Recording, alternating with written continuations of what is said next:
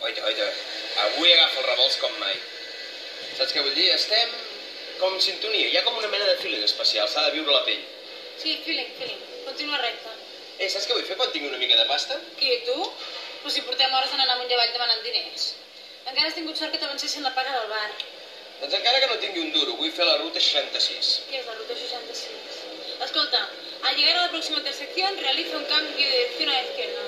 No saps què és la ruta 66? I tu et consideres autèntica? Jo autèntica? No. La ruta 66 és una carretera que travessa els Estats Units coast to coast. Vols fer una excursió en cotxe? No es tracta d'una excursió en cotxe.